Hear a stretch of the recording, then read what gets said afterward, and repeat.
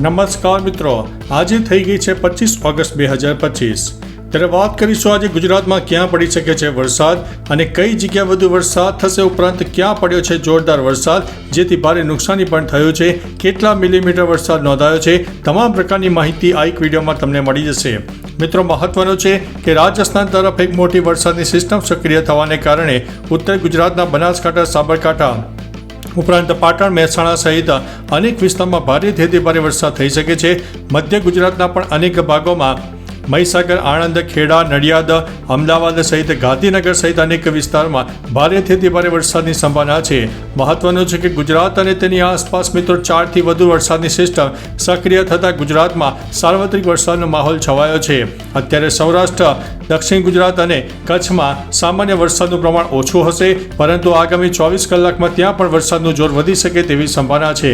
મિત્રો, મહત્વનું છે કે વલસાડ જિલ્લામાં 27 ઓગસ્ટ સુધી હજુ પણ ભારે વરસાદની શક્યતા વર્ણવવામાં આવી છે। મધુબન ડેમના કેચમેન્ટ એરિયામાં આવક ઘટી છે। હવામાન વિભાગ દ્વારા આગામી 27 ઓગસ્ટ સુધી રાજ્યમાં વરસાદને લઈને આગાહી કરવામાં આવી છે। રાજ્યમાં ઓરેન્જ એલર્ટ સાથે છૂટાછવાયા સ્થળે ભારે વરસાદની આગાહી કરવામાં આવી છે। માછીમારોને પણ આગામી 5 દિવસ માટે દરિયો ન ખેડવા માટે સૂચના આપવામાં આવી છે। અત્યારે 5થી વધુ સિસ્ટમ સક્રિય હોવાને કારણે રાજ્યમાં ભારે વરસાદની શક્યતા રહે છે। વલસાડ જિલ્લામાં છેલ્લા 24 કલાકમાં સૌથી વધુ પારડી તાલુકામાં 91 મિલીમીટર વરસાદ નોંધાયો છે। જિલ્લાના તમામ તાલુકામાં વરસાદી માહોલ જોવા મળ્યો છે। ધરમપુર તાલુકામાં 69 મિલીમીટર, કપરાડામાં 54 મિલીમીટર, વલસાડમાં 50 મિલીમીટર, ઉમરગામમાં 43 મિલીમીટર, વાપીમાં 36 મિલીમીટર વરસાદ નોંધાયો છે। મધુબન ડેમના ઉપરવાસના પણ 6 ગામમાં છેલ્લા 24 કલાકમાં કુલ 190 મિલીમીટર વરસાદથી ડેમનું જળસ્તર વધીને 75.40 મીટરે પહોંચી ગયું છે। ત્યારે મિત્રો, બીજી તરફ છેલ્લા 24 કલાક દરમિયાન નવસારી સહિત અનેક જિલ્લામાં છૂટાછવાયા વરસાદનો જોર જારી રહ્યો હતો। શનિવારે રાત્રે તો જિલ્લા મથક નવસારીમાં ખાસ વરસાદ પડ્યો ન હતો, જોકે રવિવારે સવારના 2 થી 3 વખત ઝાપટા પડ્યા હતા, જેની સાથે 24 કલાક દરમિયાન 21 મિલીમીટર વરસાદ નોંધાયો છે। અન્ય તાલુકામાં 24 કલાક દરમિયાન પડેલ વરસાદ જોતા જલાલપુરમાં 12 મિલીમીટર, ગણદેવીમાં 10 મિલીમીટર, ચીખલીમાં 5 મિલીમીટર અને વાંસદા અને ખેરગામ તાલુકામાં 8.8 મિલીમીટર વરસાદ નોંધાયો છે।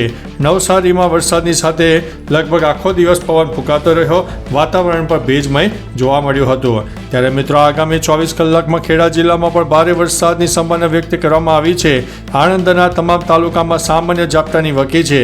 રાજ્યમાં સક્રિય બનેલી વરસાદની સિસ્ટમના પગલે આગામી 2 દિવસ દરમિયાન ચરોતરમાં ભારે વરસાદની સંભાવના વ્યક્ત કરવામાં આવી છે। ખેડા જિલ્લાના તમામ તાલુકામાં મધ્યમથી ભારે વરસાદ પડશે, જ્યારે આણંદ તાલુકામાં છૂટોછવાયો વરસાદ રહેશે।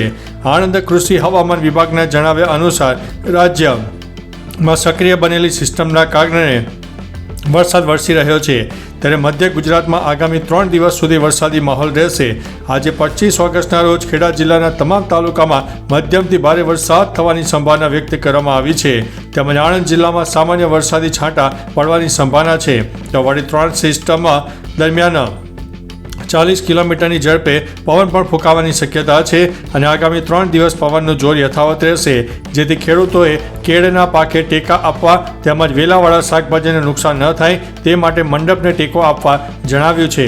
તેમજ ખેતરોમાં પાણી ન ભરાય તે માટે તકેદારી રાખવા માટે જણાવ્યું છે।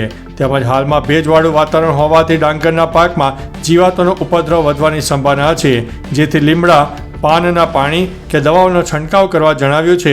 મહત્તમ તાપમાન 30 ડિગ્રી અને લઘુત્તમ તાપમાન 22 ડિગ્રી રહે તેવી શક્યતા વર્ણવવામાં આવી છે। તો ચાલો મિત્રો, ફરીથી હવામાનની લેટેસ્ટ માહિતી લઈને મળતા રહીશો। ત્યાં સુધી અમને રજા આપશો। નમસ્તે।